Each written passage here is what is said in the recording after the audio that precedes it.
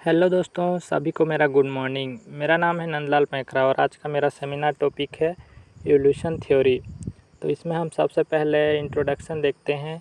पृथ्वी पर वर्तमान में जटिल प्राणियों का विकास प्रारंभ में पाए जाने वाले सरल प्राणियों में परिस्थिति और वातावरण के अनुसार होने वाले परिवर्तनों के कारण हुआ।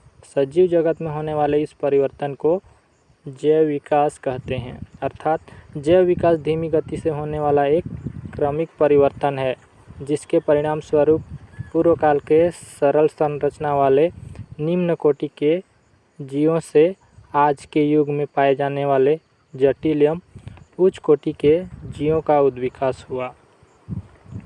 आगे देखते हैं इनका डेफिनेशन।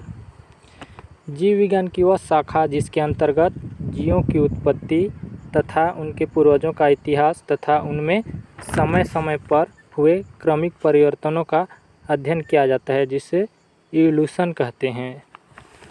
तो आगे देखते हैं theory of evolution. Theory of evolution, इसमें हम 3 थ्योरी के बारे में पढ़ेंगे। पहला लेमार्कवाद, दूसरा डार्विनवाद और तीसरा उत्परिवर्तनवाद। तो जैव विकास की प्रक्रिया को समझने के लिए समय समय पर वैज्ञानिकों ने अपने मत प्रस्तुत किए, जिससे संबंधित 3 प्रमुख सिद्धांत थे, जिसमें से पहला है लेमार्कवाद, दूसरा डार्विनवाद और तीसरा है उत्परिवर्तनवाद। तो इसमें हम पहला देखते हैं लेमार्कवाद। वैज्ञानिक लेमार्क ने सन 1809 में जैव विकास संबंधी प्रथम सिद्धांत प्रस्तुत किए, जिसे लेमार्कवाद कहते हैं। लेमार्क ने अपनी पुस्तक फिलोसोफिक जूलॉजी में जीवधारियों के रहन सहन, स्वभाव और विकास पर वातावरण का प्रभाव पड़ता है। जीवधारी स्वयं को वातावरण से अनुकूलित किए रहते हैं और इसके फलस्वरूप भिन्नताएं उत्पन्न होती है और ये भिन्नताएं वंशागत होती रहती है। लेमार्क का जो सिद्धांत था वह निम्न तथ्यों पर आधारित थे, जिसमें से पहला है वातावरण का सीधा प्रभाव।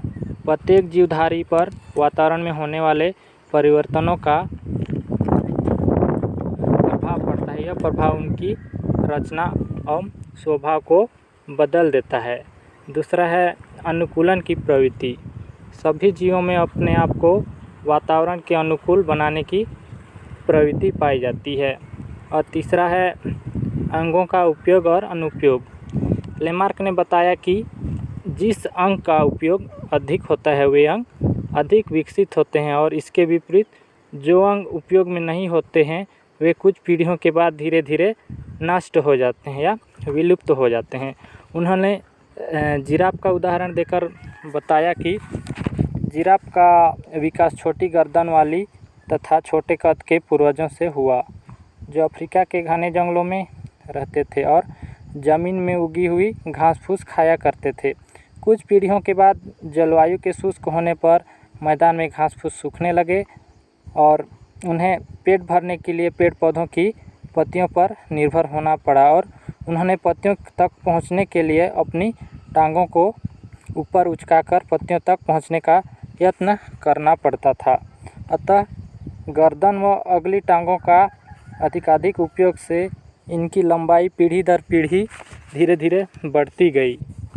आजकल अफ्रीका के मरुस्थल में लंबी गर्दन और लंबी टांगों वाला जिराफ इन्हीं परिवर्तनों का परिणाम है। इन्होंने जिराफ का उदाहरण देकर इस थ्योरी को समझाया था।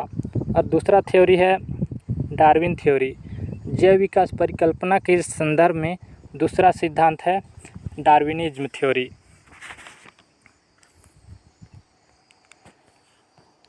इस सिद्धांत को 2 अंग्रेज वैज्ञानिकों ने अल्फ्रेड रसेल और चार्ल्स रॉबर्ट डार्विन ने मिलकर प्रतिपादित किया था। दोनों वैज्ञानिकों ने स्वतंत्र रूप से कार्य समान निष्कर्षों को निकाला था। चार्ल्स रॉबर्ट डार्विन ने जैव विकास की व्याख्या अपनी पुस्तक द ओरिजिन ऑफ स्पीसीज में व्यक्त की थी और इनका जो थ्योरी था वह निम्न तथ्यों पर आधारित थे, जिनमें से पहला है प्राकृतिक चयन, जिसको कि नेचुरल सिलेक्शन कहा जाता है। इन्होंने इस सिद्धांत में बताया कि प्राकृतिक वातावरण में जो जीव अपने आप को ढाल लेता है वह जीवित रहता है, और जो जीव वातावरण के अनुकूल अपने को ढालने में असमर्थ रहता है वे नष्ट हो जाते हैं कुछ पीढ़ियों के बाद। और उन्होंने दूसरा तथ्य में बताया जिसको कि जीवन संघर्ष कहते हैं।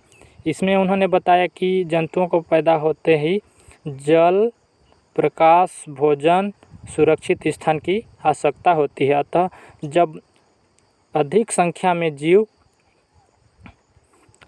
जंतु पैदा हो जाते हैं तो इन आवश्यकताओं की पूर्ति के लिए अन्य जीवों से संघर्ष करना पड़ता है। उसको इन्होंने जीवन संघर्ष कहा। और यह जीवन संघर्ष 3 प्रकार के होते हैं।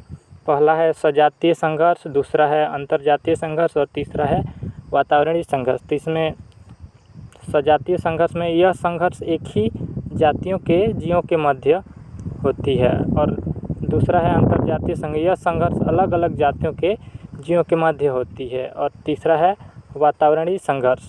यह संघर्ष बाढ़, भूकंप, सूखा, तूफान आदि वातावरणीय दशाओं से बचने के लिए उन्हें जीवन भर संघर्ष करते रहते हैं। और तीसरा है योग्यतम की उत्तरजीविता।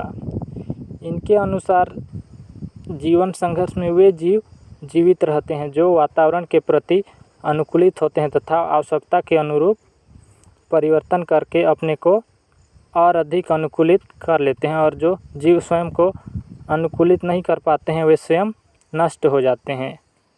और इवोल्यूशन थ्योरी में लास्ट थ्योरी है उत्परिवर्तनवाद।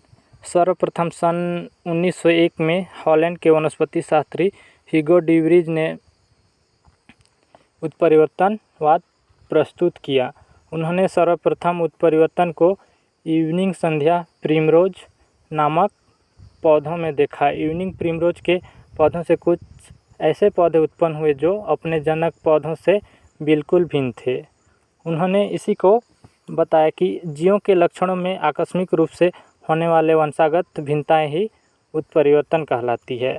और उनका ये उत्परिवर्तनवाद सिद्धांत निम्न तथ्य पर आधारित है, जिसमें से पहला है नई जीव जातियों की उत्पत्ति।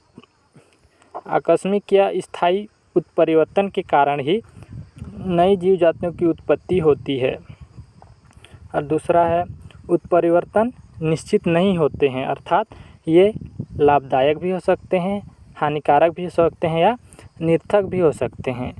और तीसरा है उत्परिवर्तन का कोई नियत समय नहीं होता है, यह कभी भी हो सकता है, अर्थात यह उत्परिवर्तन कम या ज़्यादा भी हो सकते हैं। और निष्कर्ष में देखें तो पृथ्वी पर वर्तमान में जीवों का विकास प्रारंभ में पाए जाने वाले सरल प्राणियों में परिस्थिति और वातावरण के अनुसार होने वाले क्रमिक परिवर्तनों के फलस्वरूप जीवों का विकास होता है। तो यहीं पे मेरा सेमिनार टॉपिक समाप्त होता है। धन्यवाद।